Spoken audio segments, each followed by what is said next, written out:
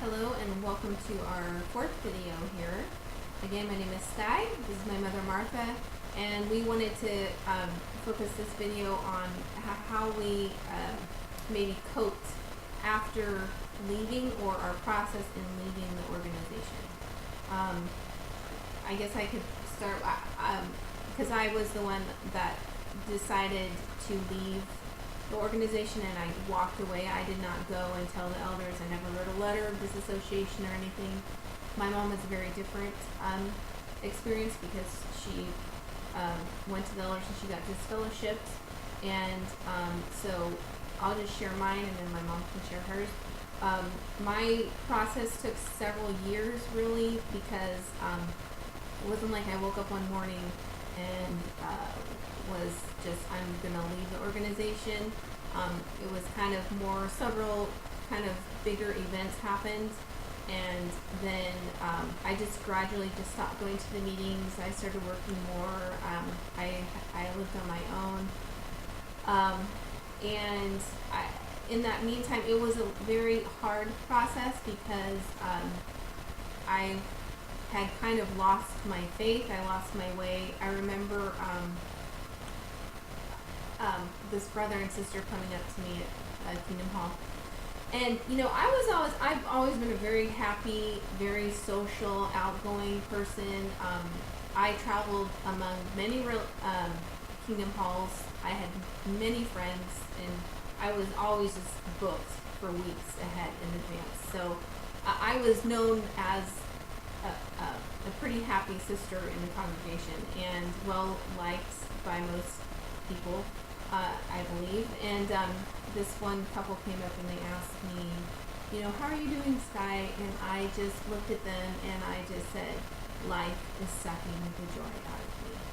And I just turned it and walked out. And they were I know they were taken aback. They didn't have anything to say. And at that point, I had been back from Hawaii for about 4 or 5 months, and I was in a depression. I didn't realize it because I wasn't crying. I just would go to work and then come home and go to sleep. That was it. I was just numb. I completely non-feeling anything.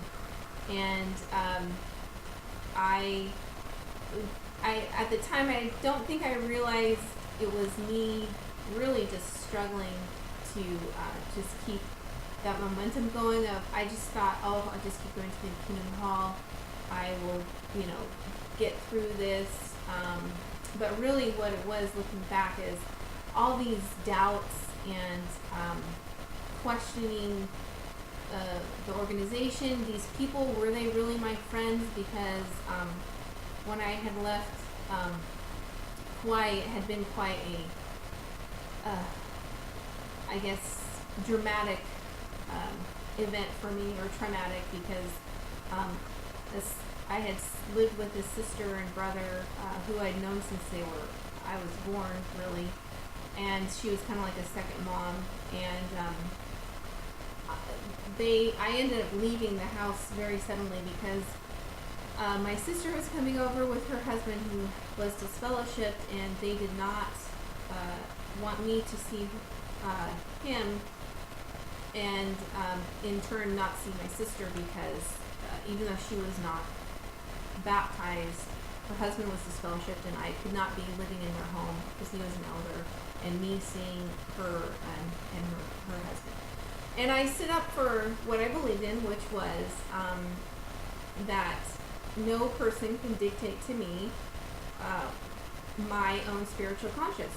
I knew my brother-in-law's story, and at the time I had a lot of compassion and understanding for him, and felt that he had been disfellowshipped unfairly, and I was sticking to my guns. And a sister that I was living with, she ended up calling everyone in the Kingdom Hall over there and said that I had done a disfellowshipping offense, and that I was bringing, she accused me of bringing dissension to the entire congregation. And I was young. I think I was 22, 23. This was like 1998. It was kind of like my first time being completely gone for months at a time, and I had never like been on my own so ultimately with no support, and I had to move out of her home in like 10 minutes. I had to pack my little bit of belongings, and fortunately I had a friend there that was a sister who drove me to another sister's house, and they let me stay on their couch for 4 days while I got an airplane, a ride home. You got thrown off the I island. got thrown off the island of Kauai, just so everybody knows. But in the meantime, the elders had come to my work and asked to speak with me. And the sister that I lived with, her daughter-in-law, I worked with her, and she took me aside in the morning and said that she could no longer speak with me because They'd already pre-disfellowshipped me based on the sister's account that I had done something that was disfellowshippable. This was to see her sister.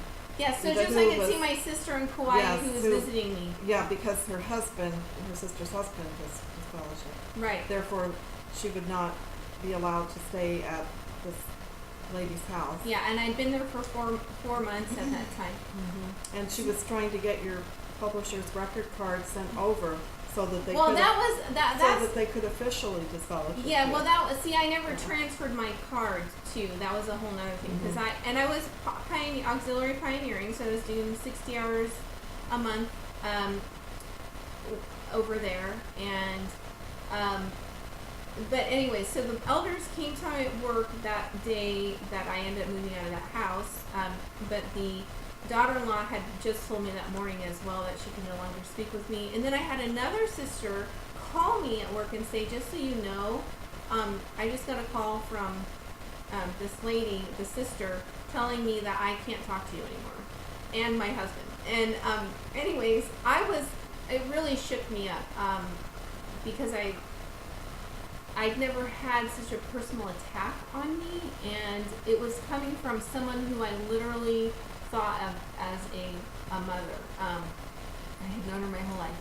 And then the elders came to my work and took me out into the parking lot, and they said, we're aware that you're going to see a disfellowshipped person. This is not acceptable. And I had already prepared my response because of what I was getting into with her husband, and I already had the society's material countering the argument because the way that they contradict themselves, and I cannot remember the specifics right now because we're talking 20 years ago, but I used scriptural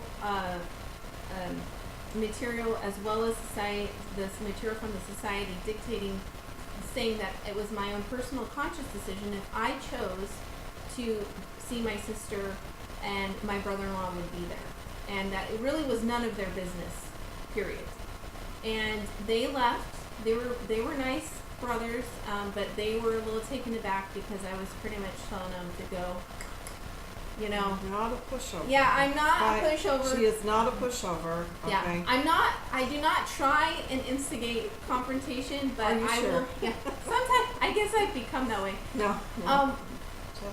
So I ended up finishing my work that day, going back to this lady's home where she literally verbally attacked me. She had her finger in my face telling me my family was terrible, my brother-in-law was a devil. I had brought the dissension and shame on Jehovah's Kingdom Hall, and I was shaking, literally like physically shaking.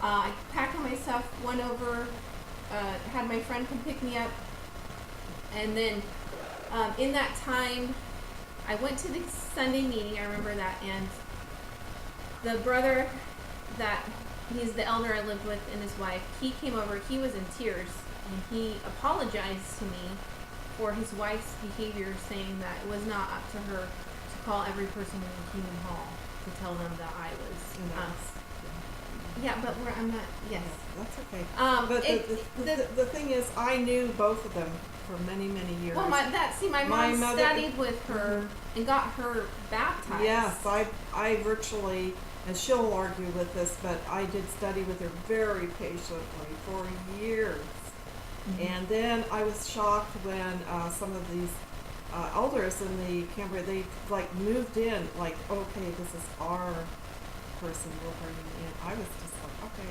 fine. They took over the it was like after years studying, of patiently studying with her when she had little children who we could not get through 2 paragraphs in an hour.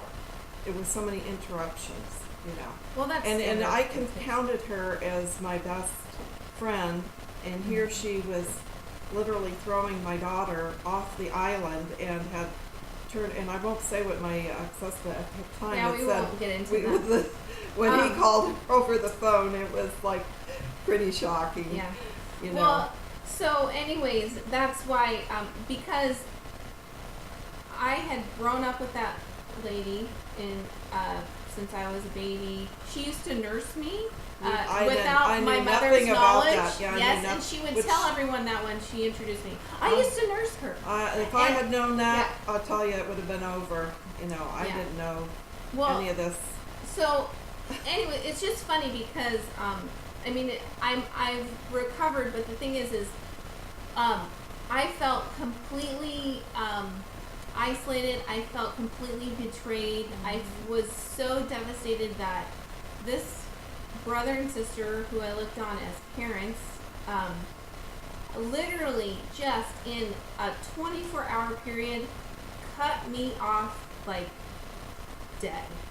And you not were only worse that, than dead. You were dead dirt. I mean. Yeah, well, and that they specifically the wife went out of her way to just destroy my character. And then what she did was call the sister in Cambria where I had known. And again, because of my social circle, and I got around to a lot of Kingdom Halls, a lot of people knew me. And she was going around calling, asking where my card was. And when I came back home, I was really crushed as a person. And what happened after that was the depression. I kind of think I was in shock. And it really altered my ability to trust people for many, many years. Even up into my 30s, I probably was processing. I no longer had faith that any people could be loyal, or I realized at some point I would just I kept a wall around me. Like I always had friends, but I was always like, well, they can turn on me at any time. And that's one of the kind of the psychological aspects that witnesses, because when you grow up, if you get to fellowship, when they make that announcement, they're like, oh my God, they're just like, that's it, it's over. They've been sent to the guillotine, and you're just a spiritual death, everlasting. And we didn't know you were this evil person. Yeah, and here we had you are. no idea you were sneaking around, sneaking, and you were this bad, evil person, and now you've been found out. Yeah, we got your number, Right, so that was the main thing that triggered me, I have to say, was that treatment over there, and by someone who I had such a bond with. I really loved them and cared for them, and it really kind of just put that split in me. And then realizing too, as I came back home and my parents ended up divorcing, and then my mom's experience getting this fellowship, and then my brother, my sister, and then all this other stuff, that's what made me finally was, I'm done. But then try and integrate your life into the world. I had to make new friends. I had to make new life. I had to make a new belief system. I had to deal with my anxiety and panic attacks, because everything that I thought was real and true was not anymore. It was gone. I remember you ordered these tapes or something from that woman, who I thought, I don't know about her qualifications. It was so funny that I thought, because she is so bossy Oh, she on was those a tapes. Yeah. yeah. And I thought, this woman doesn't have any, I read about her in the reviews, like she didn't have any qualifications, and I figured what she's doing is she's not letting you be bossed around by your own thoughts. She's Right. taking No. over She's you. like, and if you She's get- absolutely Yeah. taking you over, and she is bossing you around and telling you what to do. Right. Well, so I got these tips. It's actually Attacking Depression and Anxiety by Lucinda Bassett. And I spent, it was like $500 for these tapes, which was a lot of money for me at the time. I mean, it was a lot. And it still is a lot of money to spend on some tapes. And, but She was that, desperate. I was so Desperate. desperate. No, I mean, I didn't take any medication. I didn't get on antidepressants or anti-anxiety, and Thank God. I stopped drinking coffee, and I did everything to eliminate any kind of stimulant to have any of those attacks. But the Guy Finley books, I started getting into more of the Zen Buddhism, yoga, meditation. I worked out and meditated daily. I read as much as I could about, letting go of grief, processing everything, because really, I went through a war in my own mind, but I didn't have I didn't survive a war in a country or anything. It was just one internally, and I still had to function and support myself. And I survived, and I know that people watching that maybe are going through this. You will come out, and you're going to be so much better off.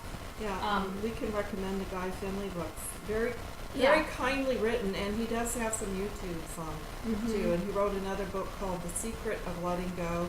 In fact, he has Yes, a series. that's the first one I read. The Secret Yeah, of Letting and Go. then there's the Intimate Enemy, and then later the Four Agreements and Yes. stuff. And I have to say, through all this, we have not, I have not, and we have not let go of our core of the Bible or of our belief system in a way. We have a different understanding in a way, but we still totally respect and we're trying to get a complete picture of the world. Yeah, but and- it's and never of the life. same. It will never No, be the it will, same. no, And- it's and certainly not going to be the same I as don't- it was. I don't before. have the same sense of comfort Mhm. that I used to be when I was in the organization. Yes. Because it was shaken, and Yes. so I have done a lot of different research and studying on a lot of different religious groups and talks and scientific understanding of the universe, but I still have hope. Yes. My faith is still, some days it's good, some days it's, I don't know. Right. I don't have a lot of answers anymore the way that I used to think of. A dogmatism, I think, more is, I think you get the enlarged picture of a lot of things.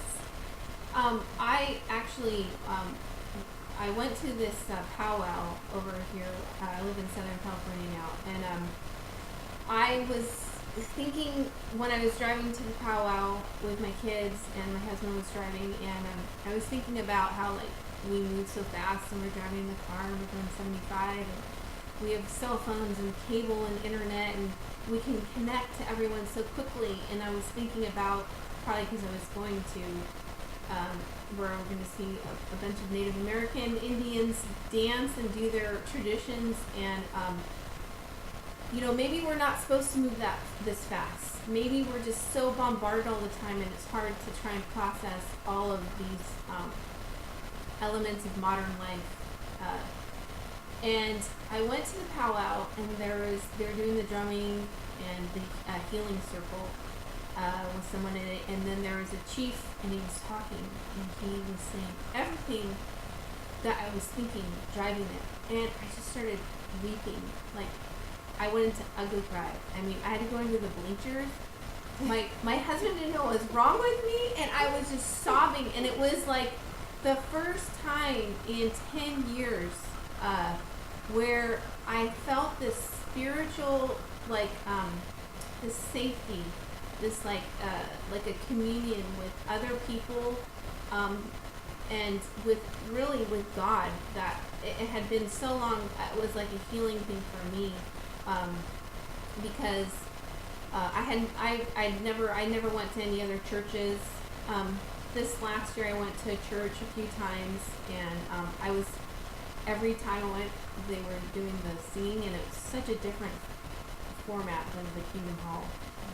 And I was crying, and I brought my kids, and they'd never been to church, and they were like, they'd never seen me cry, because I honestly, I don't cry often at all, very rarely. And so for them to see me crying, but it was that powwow where, and I thought, do the Indians have a church? Like, can I go to their church? And they don't really have a format, like a formal meeting the way they do. But my husband's a surfer, and in a way, I connect now with God through nature and examples of His love through my children, and realize that the idea that I was raised with God,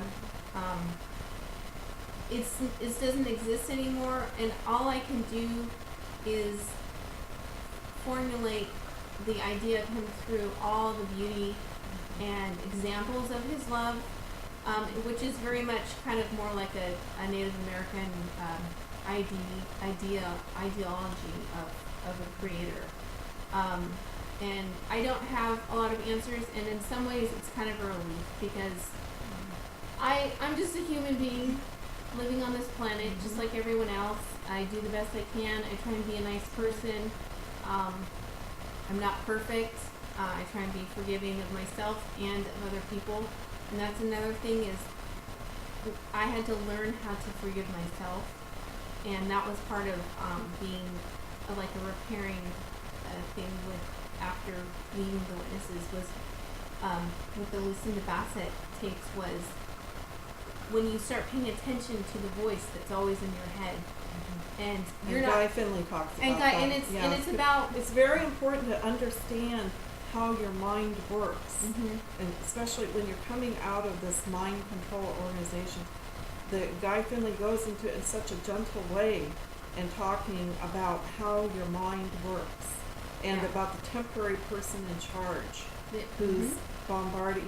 You're bombarded. It's all within yourself, so it's very difficult to comprehend. And I really want to reach out to people through this video, because as we know, unfortunately, and I have known people who have committed suicide after being disfellowshipped. In fact, I've known of 3, and this is very serious. And of course, there's many others who have committed suicide. In fact, right now in this country, it is the second cause of death. And these, unfortunately, many witnesses or ex-witnesses coming out, they believe they're going to get help from the psychiatric community, and this is just not the case. I really hate to tell you this, but a lot of people who've never been through this are not, they don't have the right words to tell you.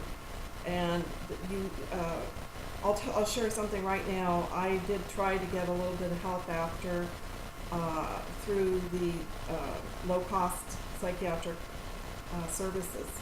And I told them, I said, I don't know, I need a Solomon. I don't just need somebody to repeat what I've just told them. I need a Solomon. And he said, you will be your own Solomon. And truer words were never spoken. This is not something that's going to be resolved within you in a day, a week, a month, a year. This is something inside you. It is oppressed just the same as it has always been inside you, even when you were a witness. And really, what they're doing in the organization is suppressing your development. They're not allowing you to question, not allowing you to see a bigger picture. They have suppressed it. So eventually we're all going to go through questions.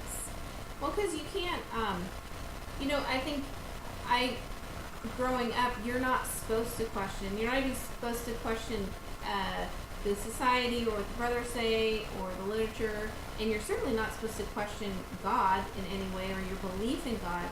And in some ways, I don't think that you can really have a true belief and faith in God until you do question your relationship with God and who He or she, the great Spirit in the sky. What does that mean to you, and how does it affect your life? And I feel in some ways, I have a much stronger idea of who God is because of the trauma and the process of really rebuilding my own personal belief system based on really just looking around me in nature. Because I had to go back to just the basics, and ultimately love is the number one. And your really dark days when you feel really like you've lost all hope, just go back to love. Just go back to nature. And nature. And to love, and there's no way that there is a creator out there who could do all the destruction and the stuff that you're so terrified of, that why am I even worshiping this God if that's who this God is, right? And I'm like, no, the example is in nature, and especially after having my children. I love my kids so much. They make me mad. They make me act sometimes not very nice or behave badly, and then I feel guilty. And I just keep going back to love and forgiveness, and that's why God sent Jesus, because He wants us to know that there's always love and there's always forgiveness, and as long as you're willing. And the society is unforgiving, unmerciful, unkind, and I feel Very sorry lonely. for the people that are still entwined in it, because I think a lot of the ones, especially that I grew up with, I mean, they spent their whole life. What are they going to leave? I mean, they can't really leave. And I know some people that I've seen, they stay because they don't want to lose their family, and so they just go along with the program. And I can understand that too. But Well, they're going to hit the ball one day. well, someday maybe And they like will. I say, the development that they need to go through is being suppressed. Right. Well, because it's not healthy. People snap. Yeah. It brings out Yeah, the or force in people. they snap, or very commonly they give themselves over to one type of addiction or another. And in a way, just going through the routine week after week of going to the meetings is some type of an addiction, in a way that it makes you feel better, like you're really Safe. doing something. And are you?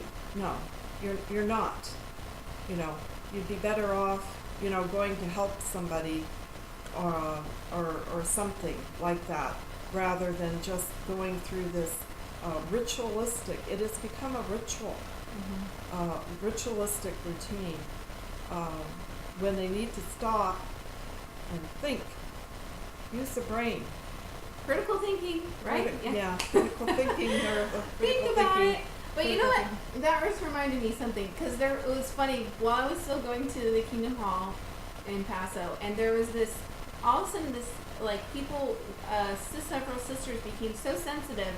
They were chemically sensitive, and they could not go to the Kingdom Hall because there was things there. And it was like, I would hear of all these people in different halls, like, oh, they have to phone in. They can't go. And yet I would see them out, and they would have fake acrylic nails on.